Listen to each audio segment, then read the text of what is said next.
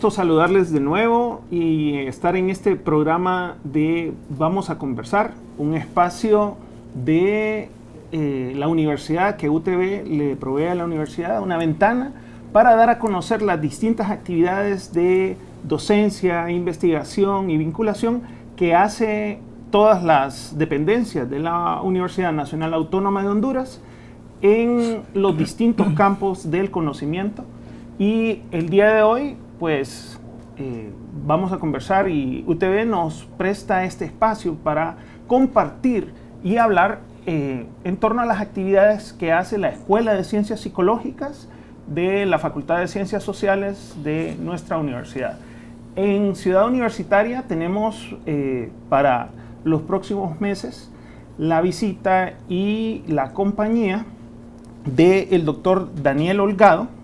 El doctor Daniel Holgado es docente de la Universidad de Sevilla, en España, y también trabaja con el Laboratorio de Redes Personales y Comunitarias, un grupo de investigación de esa universidad. Y también el día de hoy nos acompaña el máster Gerson Cárcamo, docente de la Escuela de Ciencias Psicológicas de esta universidad y también un psicólogo que ha trabajado en los campos de psicología social y defensa de derechos humanos. Ha trabajado con niños y con jóvenes en defensoría y en protección a poblaciones vulnerables. Es un gusto estar aquí con ustedes y qué bueno poder compartir. Bien, el día de hoy queremos hablar en torno al rol del psicólogo social en los entornos a nivel internacional desde sus experiencias y, Gerson, desde tu experiencia aquí a nivel nacional. Entonces, en primer lugar, bueno, les doy la bienvenida y sí me gustaría que me contaran un poco más, que me ampliaran un poco cada uno de sus labores, qué es lo que han hecho antes de que iniciemos. Doctor. Muy bien, pues en el grupo de investigación al que pertenezco, pues realizamos fundamentalmente tareas de investigación y de intervención. Nuestras líneas de investigación tienen que ver con el análisis de las redes sociales, las interacciones que se producen en diferentes contextos sociales, cómo estas interacciones y estas redes dan lugar a espacios comunitarios y cómo es posible articular estrategias para modificar determinados procesos en estas comunidades que mejoren la calidad de vida y el bienestar relacionado con distintos problemas de estos entornos. Dentro de estos tres ejes de intervención, redes, comunidades e intervención, podemos plantear intervenciones en diferentes ámbitos. Hemos intervenido en prevención del consumo de drogas con adolescentes, hemos planteado investigación en contextos socioecológicos asociados fundamentalmente a la pesca. Hemos intervenido en contextos de diversidad cultural, sobre todo de movilización y de migración, y finalmente tenemos una rama que es la que nos ha traído en parte a Honduras, que tiene que ver con el trabajo infantil, en este caso en contextos de venta en mercados, que es el contexto fundamental en el que vamos a actuar. Cuando hablamos de redes sociales aquí en el contexto nacional hondureño, y el concepto de redes sociales que tiene mayor posicionamiento es el de redes sociales virtuales y para el ejemplo Facebook, Instagram, WhatsApp o Twitter. ¿Es ese tipo de redes sociales? No específicamente. En ese caso estamos hablando de networking o redes sociales online, como ha comentado. Nosotros hablamos de los contextos de relaciones sociales, claro, de interacción entre individuos, entendiendo por individuos personas, organizaciones u otro tipo de objetos o sujetos sociales que mantienen estructuras complejas de interacción en diferentes espacios sociales. Pueden ser, por ejemplo, un conjunto de organizaciones comunitarias que trabajan para atender colectivos inmigrantes. Y podemos evaluar los intercambios de información que se producen entre esas organizaciones. Podemos hablar de coordinadores de programas de intervención en localidades de un espacio geográfico. Y en este caso estaríamos hablando de los intercambios que se producen entre ellos, que pueden beneficiar la implementación del programa. O podemos hablar de intercambios de individuos en un espacio social determinado, una clase, por ejemplo, o una organización. En este caso hablaremos de los intercambios entre individuos o personas. más bien hablamos de interacción social, aunque no está alejado de la idea de red social online, porque al final una red social virtual no es más que un espacio virtual donde un conjunto de individuos intercambian diferentes informaciones, pues sean fotos en Instagram o bien otro tipo de mensajes, por ejemplo, en WhatsApp u otras redes sociales que pueden existir. Sí, muy interesante. O sea, hablamos de la realidad de la interacción social, o sea, no solo las redes virtuales, sino las redes sociales reales. Que aquí algunas veces ese concepto está desdibujado de la conciencia de la población. Gerson, contanos un poco de tus experiencias, tanto fuera como dentro de la universidad. Listo. Pues yo creo que en torno a experiencias, el tema de los sistemas de protección, particularmente de niños, de niñas, de personas con alguna condición particular que les coloquen en el escenario de vulnerabilidad y riesgo, tiene mucho que ver con el tema de redes sociales. Al final, ese tapete en el que están entramadas las personas en su familia, en su comunidad, genera un espacio que puede ser un espacio protector.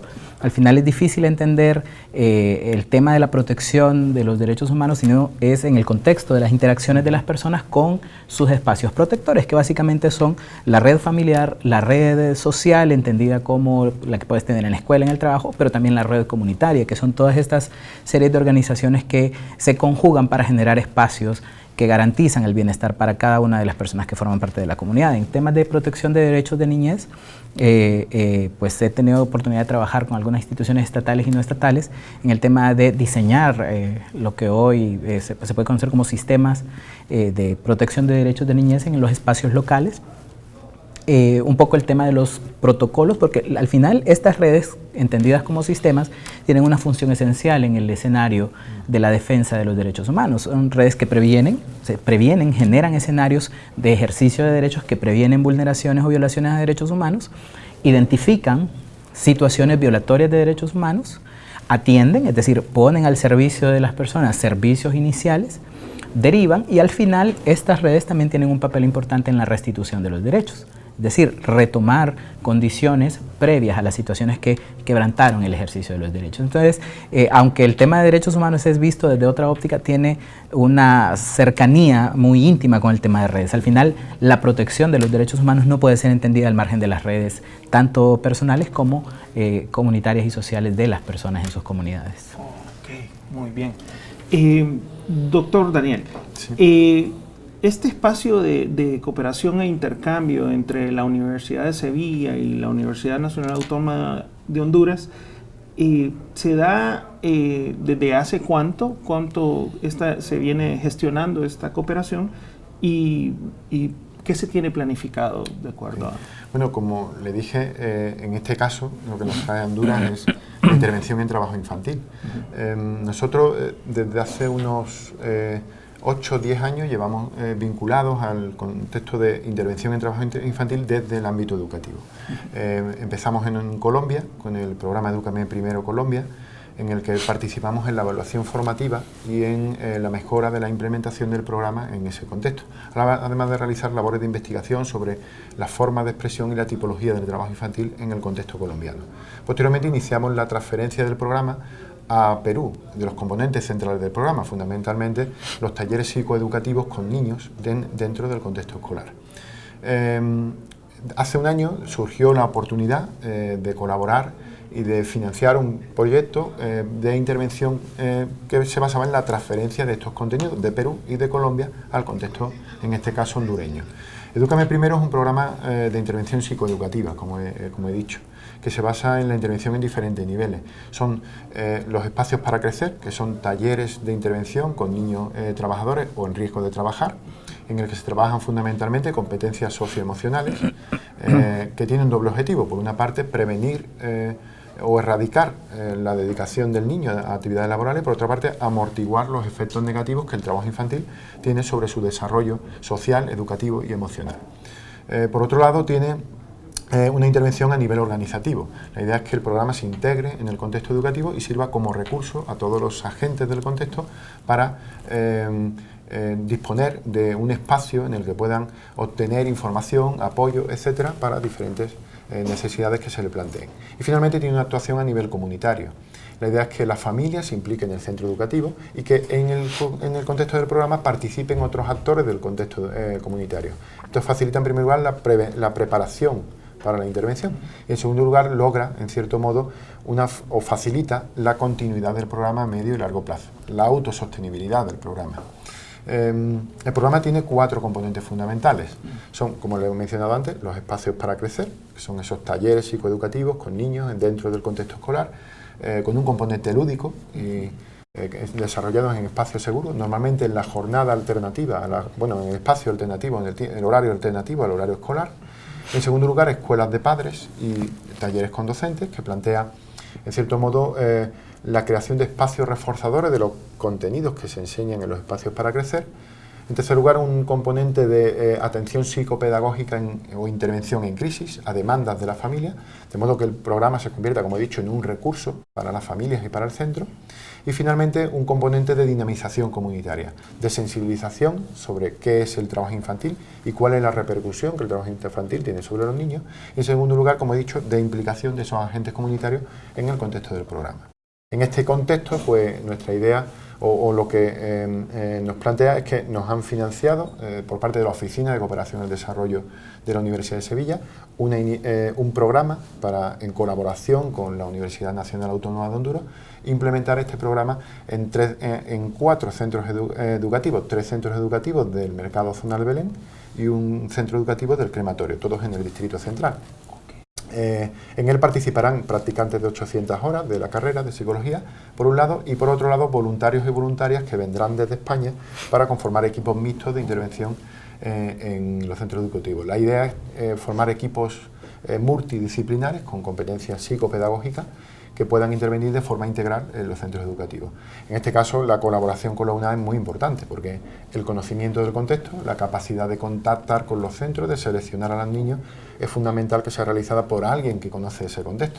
Y para nosotros, que ponemos a disposición esa experiencia previa que tenemos en el programa, es fundamental con alguien que conozca el contexto sobre el que se va a implementar.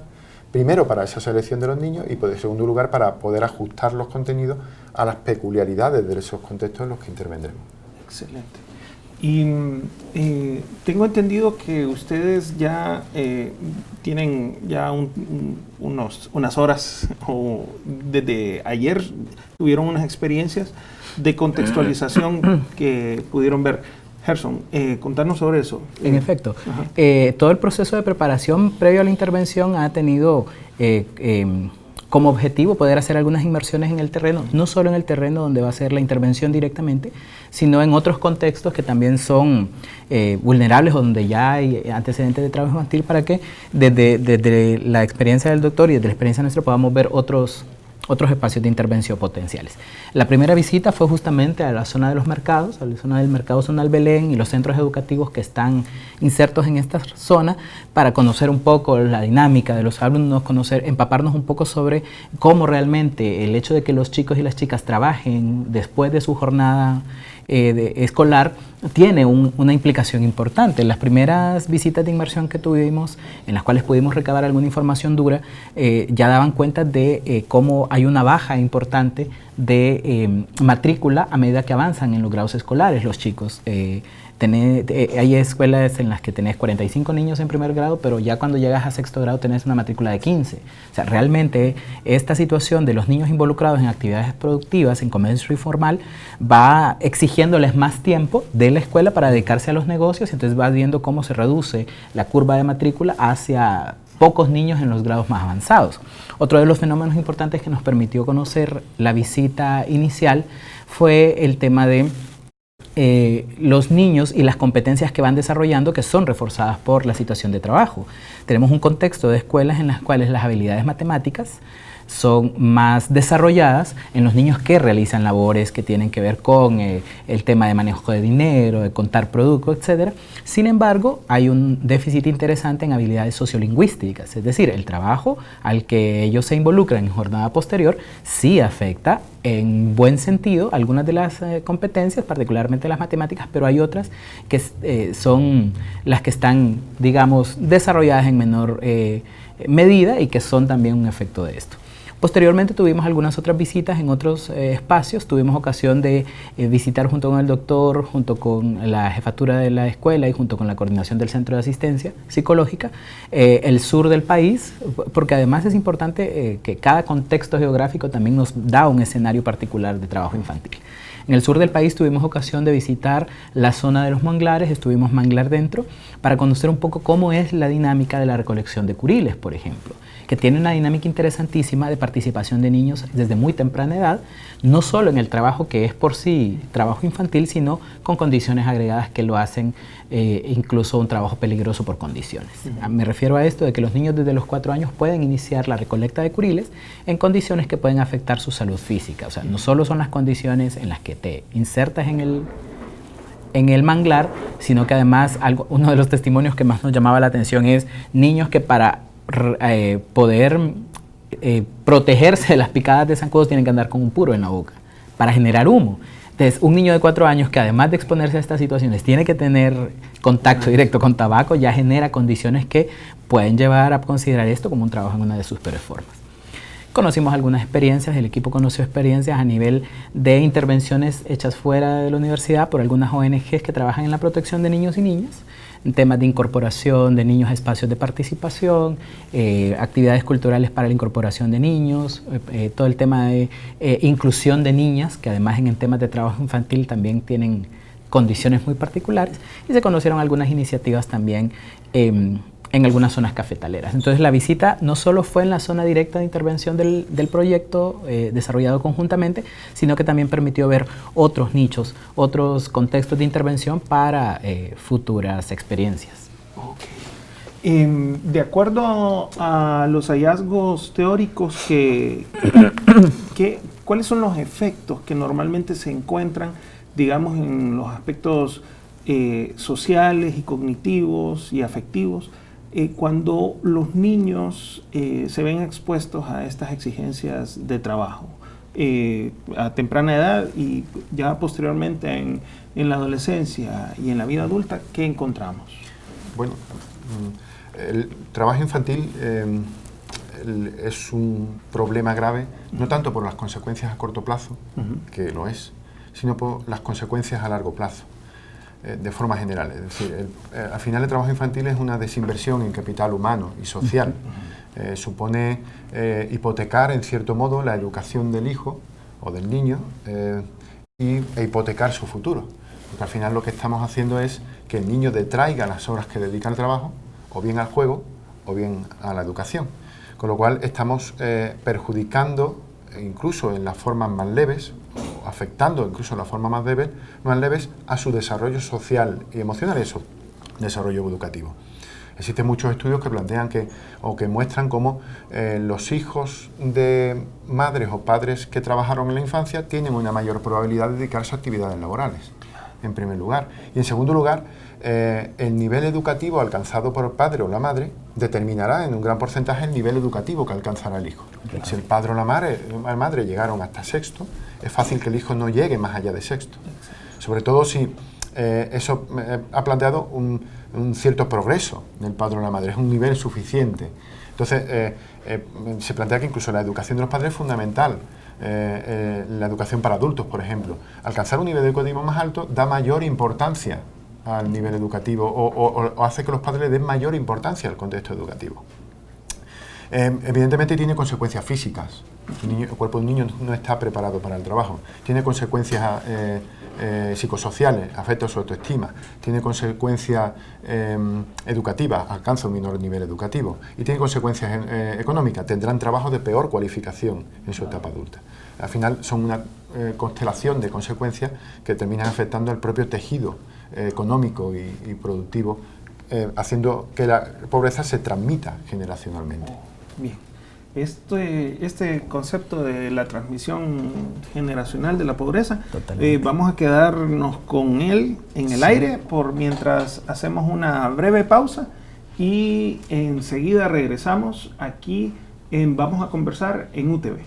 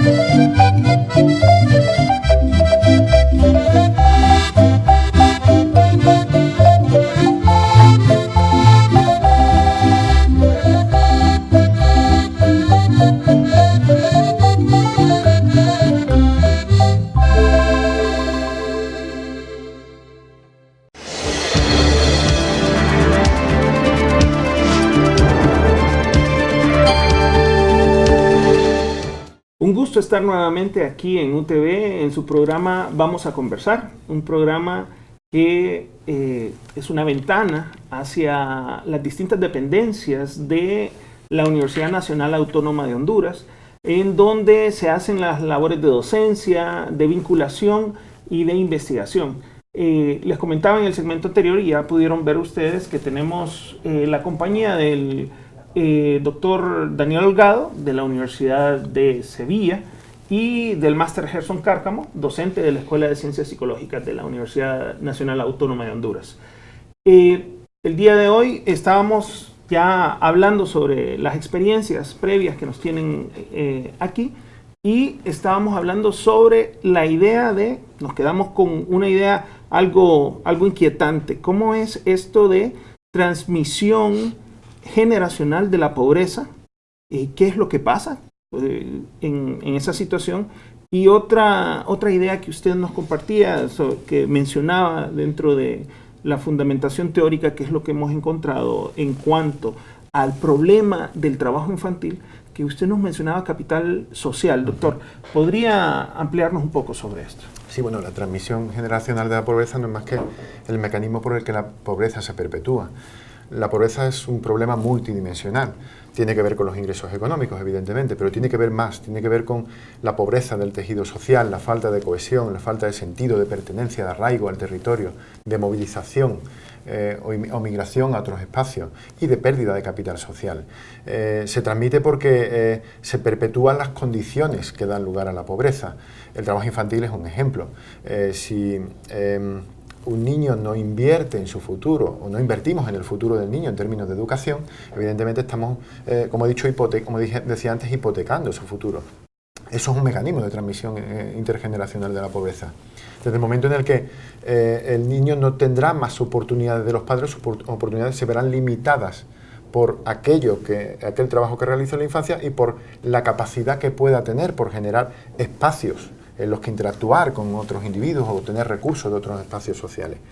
Eso es lo que tiene que ver con el capital social. El capital social no son más que los recursos que están incrustados en tu red de relaciones. Desde una definición individual, se puede definir de forma colectiva también, pero definida de forma individual son los recursos incrustados en tu red personal.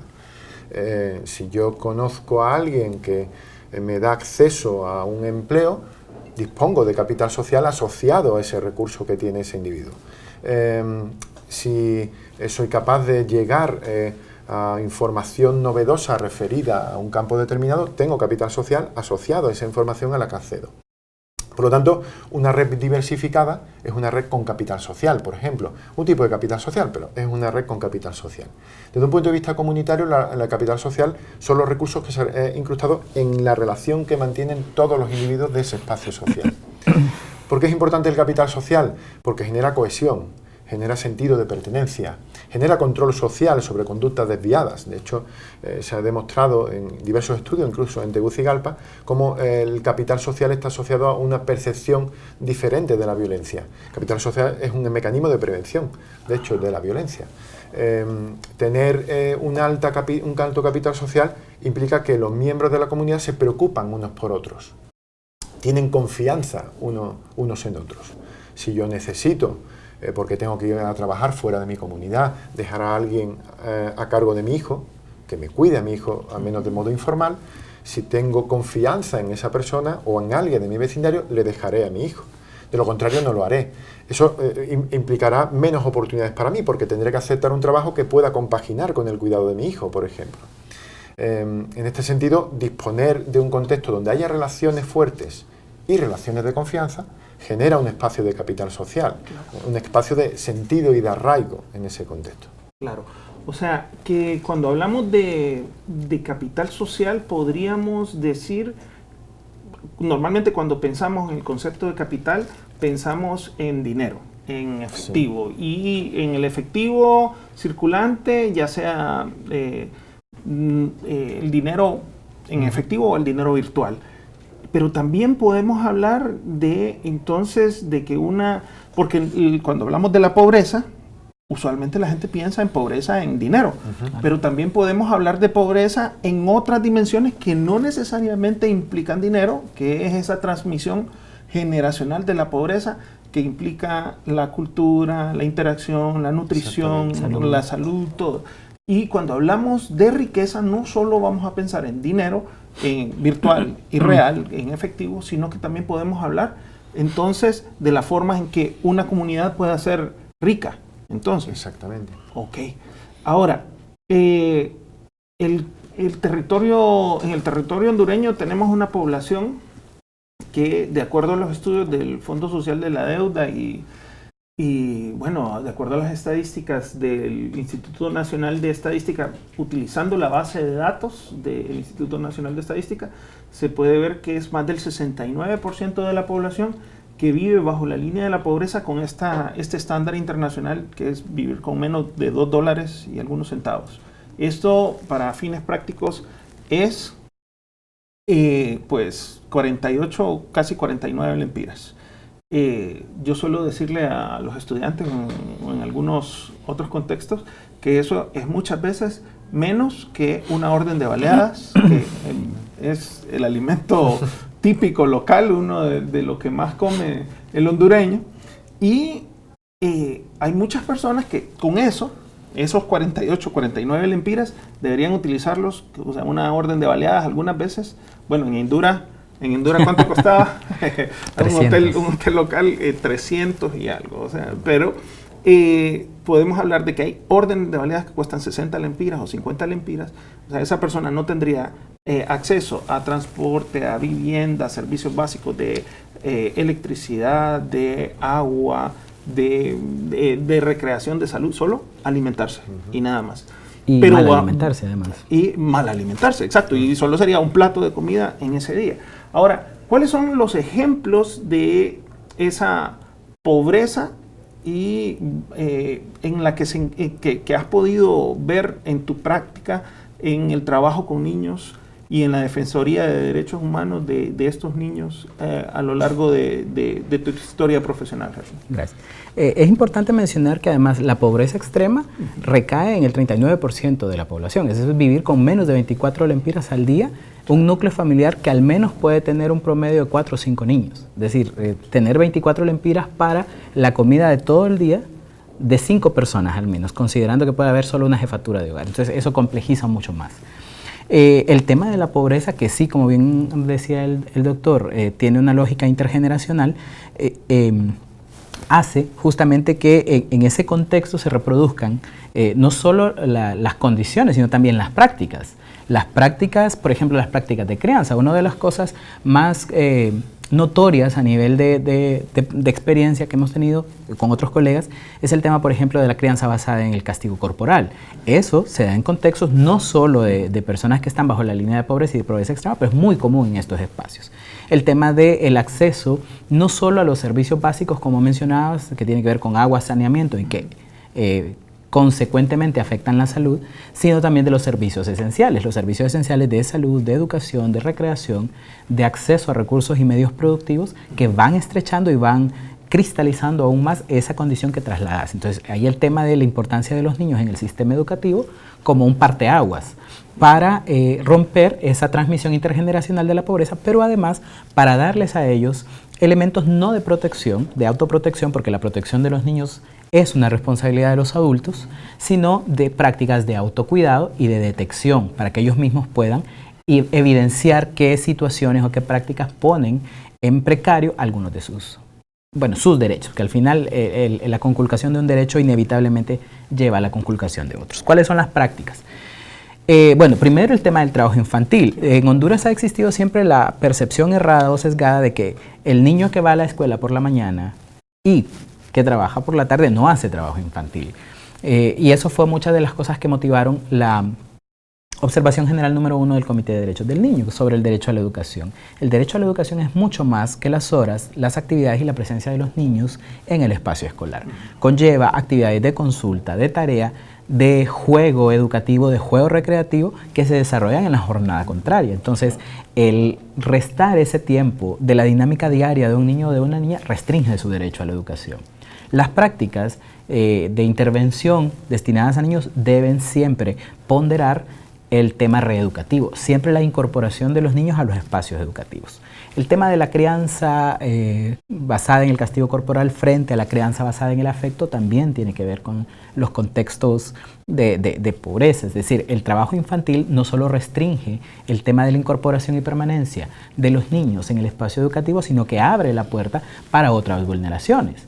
Desde las más concretas, que puede ser que un niño que trabaja en condición de calle pueda ser atropellado por un vehículo, hasta que pueda ser captado por una red de trata de personas. Es decir, el trabajo infantil marca una coyuntura desde la cual pueden ramificarse cualquier cantidad de situaciones que van a vulnerar uno o más derechos de los niños y las niñas. Entonces nos encontramos niños en condición de calle trabajando en altas horas de la noche expuestos a personas que pueden consumir drogas. Es decir, abrís una brecha para que los niños entren en contacto con la droga, bien como facilitadores para el traslado de droga o como consumidores.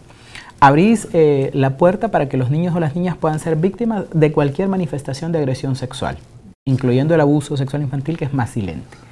Abrís para la explotación doméstica, para la explotación laboral, para condiciones que afectan su salud directa, ¿sí? Entonces, el trabajo infantil es una coyuntura que ramifica una gran cantidad de situaciones que no solo restringen el abanico de posibilidades de los niños, sino que atentan contra su condición inmediata como sujetos de derechos. Entonces, es grave. O sea, ¿qué contexto nos encontramos en algunos, y aquí hicimos una experiencia interesante, en algunos contextos? Una vez hicimos una intervención con otros colegas en un supermercado famoso, cuyo nombre voy a obviar por razones evidentes, en los que los niños que te están colocando lo que compras en las bolsas no reciben un pago. O sea, no solo es explotación, niños trabajando, sino que no tienen una. O sea, ellos están expuestos a lo que tu buena voluntad te genera para darles. Entonces, el hecho de que un supermercado aperture estos espacios porque te dice, pero es que no es nada malo, están facultando eso, ¿sí? El otro es el tema de, en algunas manifestaciones del trabajo infantil, es también la percepción de la familia. O sea, hay una percepción de la familia de que es 1000 veces mejor incorporar al niño al trabajo que colocarlo en una posición de vulneración para que se haga integrante de algunos grupos organizados, etc. Hay una percepción que faculta el trabajo infantil y en cierta medida busca legitimarlo, cuando realmente si pusiéramos en una balanza los pros y los contras, los pros van a pesar siempre mucho más. Los niños y las niñas deben estar en sus espacios protectores, que son su familia y son su escuela. No debemos olvidar que la escuela tiene una función, si bien es cierto formativa, pero sobre todo una función de guarda. Esa función de guarda es importante y por eso nos interesa que los niños y las niñas permanezcan en la escuela, no solo por la bondad del aprendizaje, sino también porque son espacios de protección para ellos y ellas. Y entonces rompemos también esa mecánica de la vulneración que inevitablemente conlleva de una vulneración a otra. ¿Sí? Bien. Doctor Holgado, cuando nosotros pensamos en un psicólogo social, en el contexto hondureño puede venir mucho la idea de estos, que yo diría, desde mi marco de referencia personal, rockstars de la psicología social, que podría venir a la cabeza tal vez Elizabeth Lira, Marta Heckner, que recientemente murió, también Ignacio Martín Baró, por supuesto, y actualmente desde la UCR Ignacio Dobles Oropesa, por ejemplo, que hacen mucho trabajo social, mucha investigación desde la academia, y escriben mucho. Ahora, ya hay muchísimos psicólogos sociales en toda Latinoamérica y en España. Yo me hago la pregunta, desde el punto de vista epistemológico, ¿cuál es el papel que ha jugado y que debería jugar, digamos, la academia y todavía en los docentes en la formación, que tal vez en algunos países ha sido más fuerte, la idea estadounidense de los libros de texto que nos vienen de ellos, de su visión social e incluso política, y luego cómo se lleva esto a la práctica, al campo, y cuál es la labor, bueno, social e incluso política del psicólogo social y comunitario. Muy bien. En primer lugar, estoy de acuerdo con todo lo que ha planteado. Ahí quería rescatar a un autor, un psicólogo social clásico de los años 50, que es Carl Lewin. Carl Lewin, entre otras muchas aportaciones que realizó a la psicología y a la psicología en general, fue el ciclo de investigación-acción. Él planteaba que algunas de sus citas, de hecho, van en ese sentido. Decía que la ciencia que solo produce libros no sirve de nada, o no hay nada más práctico que una buena teoría. Él lo que planteaba es que la investigación y la acción tenían que ser parte de un mismo ciclo. La investigación debe tener una orientación aplicada en su generación de conocimiento, es decir, debe plantear que los recursos y los conocimientos científicos deben valer para el cambio social, y el cambio social debe ser un contexto de generación de conocimiento sobre ese contexto social. Podemos plantear, por ejemplo, la prevención del consumo de drogas. Yo puedo estudiar cuáles son las causas que generan el inicio al consumo de drogas en jóvenes y adolescentes. Yo puedo saber cuáles son los mecanismos de dependencia fisiológicos que hacen que una persona se convierta en drogodependiente. Incluso puedo saber cuáles son los espacios sociales que fomentan o promueven el consumo de drogas, incluso los valores sociales y culturales vinculados al consumo de drogas, alcohol, tabaco u otro tipo. Este conocimiento me puede permitir generar programas o estrategias de intervención. Ese es el salto, la brecha del conocimiento teórico al contexto donde se aplica ese conocimiento. Pero además, aplicar un programa en ese contexto puede hacer que ese conocimiento sobre las causas cambie en cierta medida. Desde el momento en el que yo intervengo en el contexto, puedo aprender sobre cómo son los mecanismos, por ejemplo, de modelado, de aprender el comportamiento o de aprender por aprendizaje social. Carl Lewin lo que planteaba es que eso forma parte de un ciclo, y donde la investigación y la acción no es que sean dos contextos separados que haya que conectar, sino que en cierto modo forman parte del mismo proceso de generación de conocimiento y de cambio social. En este contexto donde el psicólogo social y el psicólogo comunitario debe tener un papel clave. En cierto modo, decía un profesor que yo tenía que toda la psicología es psicología social, porque una psicología individualista, curativa, realmente tiene poco futuro. Al final el individuo se inserta en un contexto social, que es el que determina parte de su comportamiento. No existe, como decía Tafel, que no existe en la conducta en el vacío social. Claro. Todos tenemos interiorizado una sociedad, una cultura, unos valores, unos principios, unas creencias, que determinan, en cierto modo, nuestro comportamiento.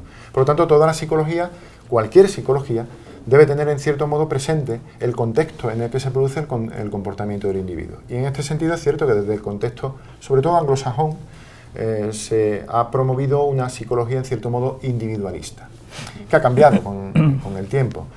Desde la psicología comunitaria, que es quizá el campo más cercano a nuestra experiencia de investigación y de intervención, lo que se plantea es que, primero, que es necesario, como he dicho, tener en cuenta el contexto en el que se desarrollan los individuos, como contexto fundamental de intervención, como espacio fundamental de intervención, y en segundo lugar, que el psicólogo debe tener, en cierto modo, un rol de participante conceptualizador.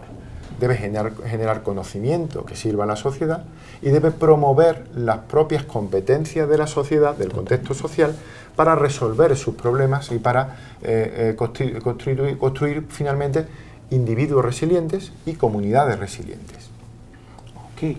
Y esta praxis social, comunitaria, en el contexto hondureño, Gerson, ¿qué has podido ver en los grupos? O sea, los psicólogos sociales, sí, hay una praxis social del psicólogo hondureño, pero que hay más, hay un gran posicionamiento de la psicología industrial, pero luego las otras ramas de acción de la psicología y la investigación, ¿qué has podido ver en tu experiencia? Antes me gustaría abordar algo que mencionabas, que hacemos también desde la academia en este tema de vinculación. Al final, uno de los requerimientos básicos de la educación superior debe ser siempre la conexión entre lo textual y lo contextual, ¿no? Es imposible aprender psicología social, aprender las competencias del psicólogo social dentro de 4 paredes. En general, en cualquier rama de la psicología necesitas esa vinculación con los contextos a los cuales te vas a enfrentar, porque cada contexto es caleidoscópico, te va a ofrecer combinaciones de situaciones, de antecedentes que van a demandar respuestas creativas que vos vas a poder movilizar. La experiencia de la psicología social en Honduras es interesante, ¿no? O sea, tenemos contextos, el contexto, como bien mencionado, de la pobreza, de la exclusión, de la violencia, de las prácticas culturales que muchas veces pueden ser, si lo quieres ver, contrarias al tema de derechos humanos. Entonces hace que haya una demanda particular del rol del psicólogo y la psicóloga social en justamente la identificación, la gestión, la detonación de las capacidades que ya pueden existir a nivel comunitario para generar el propio desarrollo. Es decir, el psicólogo, la psicóloga social no es el salvador, no es la salvadora, no tiene todas las respuestas. Claro. Las respuestas las tiene la comunidad, porque es quien ha vivido la situación por largo tiempo, es quien conoce cómo hay conectores entre una y otra situación que han llevado a la situación actual, y entonces el rol nuestro es, por supuesto, tener esa capacidad de inmersión, esa capacidad de poder identificar el contexto, de poder entender el contexto, pero sobre todo yo sí lo veo como una entidad, por decirlo de alguna manera, detonante de todos aquellos recursos y todas aquellas capacidades que la comunidad tiene ya instaladas o que potencialmente pueden desarrollar para lograr no solo acciones paliativas. O sea, esa idea de la psicología desde lo paliativo es buena, porque seguramente que necesitamos, pero también la capacidad de la comunidad de anticiparse a las situaciones, de poder leer su contexto, de poder hacer un análisis en perspectiva y decir, si no intervenimos ahora, la situación a la que podemos llegar es esta y es más grave. Entonces, esa capacidad de la comunidad de intervenirse con el acompañamiento de un psicólogo es justamente identificar en dónde están, qué pasa si no se hacen intervenciones que exploten todas esas competencias, esos recursos que ya la comunidad tiene o que puede gestionar, y finalmente a dónde pueden llegar si se realiza eso. Esas comunidades resilientes, como habla el doctor, nos permitirían prevenir situaciones como la respuesta ante desastres naturales, por decir una cosa. El tema frente al desplazamiento forzado por la violencia, esa es otra situación que también, o sea, las comunidades tienen las respuestas, pero quien detona, quien encamina, quien facilita la búsqueda de respuestas y la activación de recursos y capacidades, entonces ahí, junto con otros profesionales, por supuesto, es el psicólogo y la psicóloga social. Con estas ideas de la resiliencia comunitaria y la capacidad de intervenirse de las comunidades, que la respuesta está dentro de las comunidades, quiero irnos a una breve pausa para retomarla a continuación aquí en su programa Vamos a Conversar.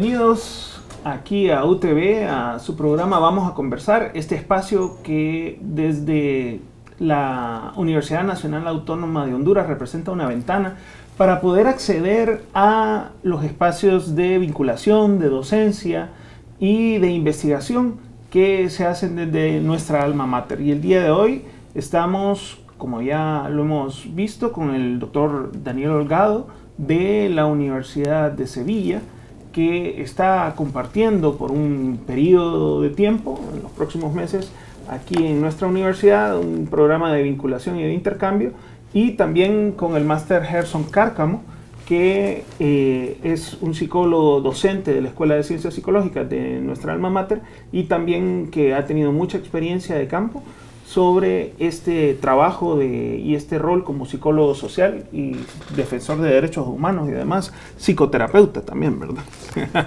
Entonces esa vinculación de esa vivencia diversa de la psicología. Y hablando sobre esa situación, ya he querido mencionar, hablábamos sobre resiliencia y la capacidad que tienen las comunidades para curarse. O sea, ¿qué hace el psicólogo entonces? ¿Qué hace el psicólogo social comunitario? ¿Y qué carga, qué destrezas, qué competencias necesita?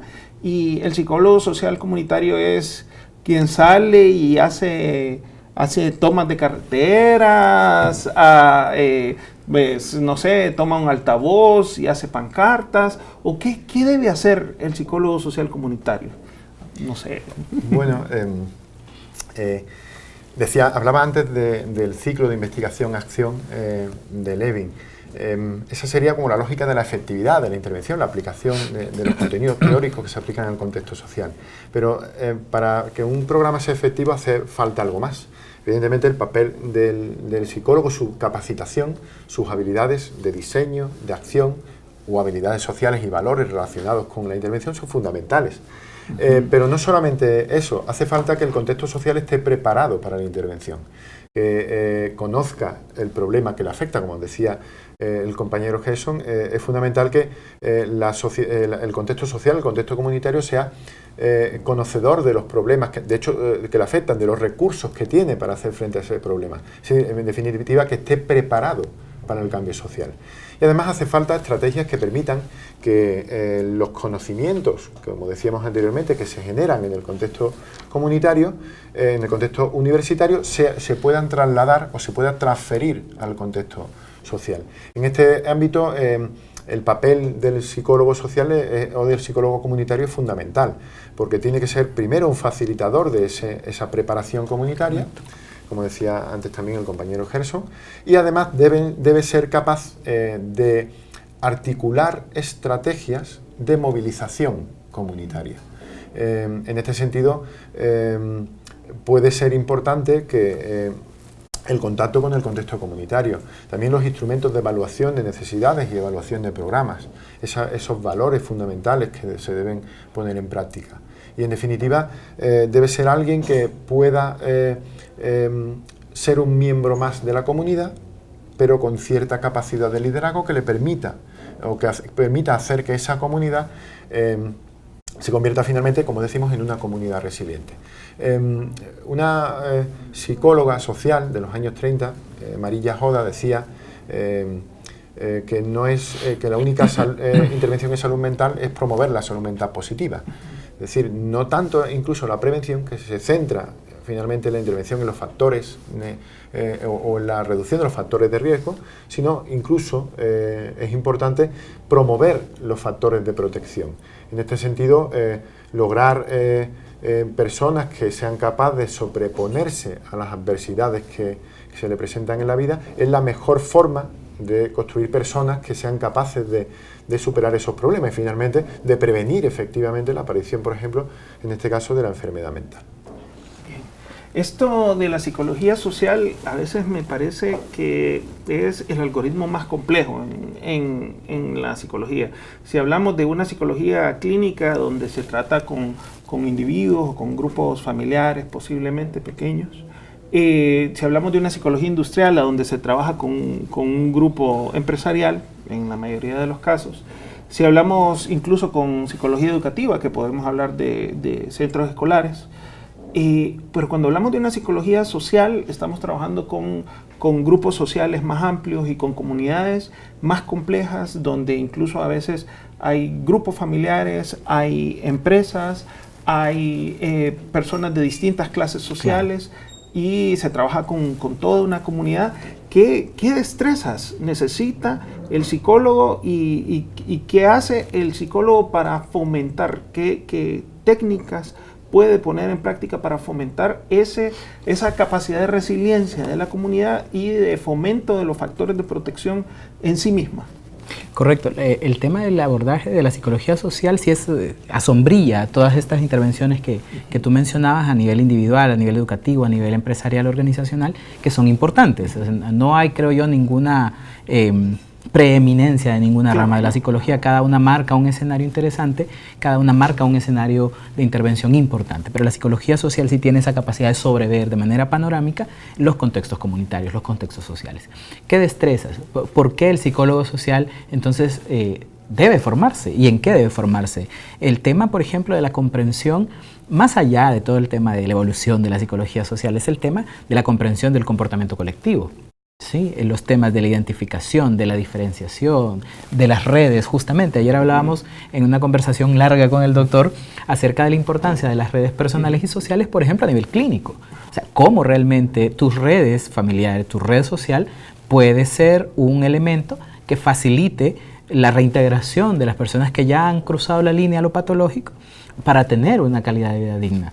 O cómo las redes también pueden prevenir que desertes del sistema de salud, cómo pueden contribuir a tu adherencia, cómo las redes sociales pueden generar empresas que son respetuosas, cómo pueden generar escuelas que realmente adaptan el ciclo escolar a las necesidades de la comunidad y que no le dicen al niño que ya se fue a la corta de café que ya no puede entrar cuando regresa. Al final, todo ese contexto está sombrillado por la psicología social. Es la comunidad entendiendo su contexto, entendiendo por qué ha llegado a ese contexto, pero también cómo puede trabajar sobre el contexto. ¿Qué destrezas deberíamos en general tener todos, pero cuando hacemos alguna intervención? Por supuesto, te decía el tema de la comprensión del comportamiento colectivo, la comprensión de las redes familiares y sociales, personales y sociales, el tema de la gestión de los proyectos. O sea, la gestión de proyectos es interesante, es súper importante a la hora de poder intervenir a nivel comunitario. Es lo que te permite saber a dónde quieres llegar, cuál es la ruta de acciones que vas a encaminar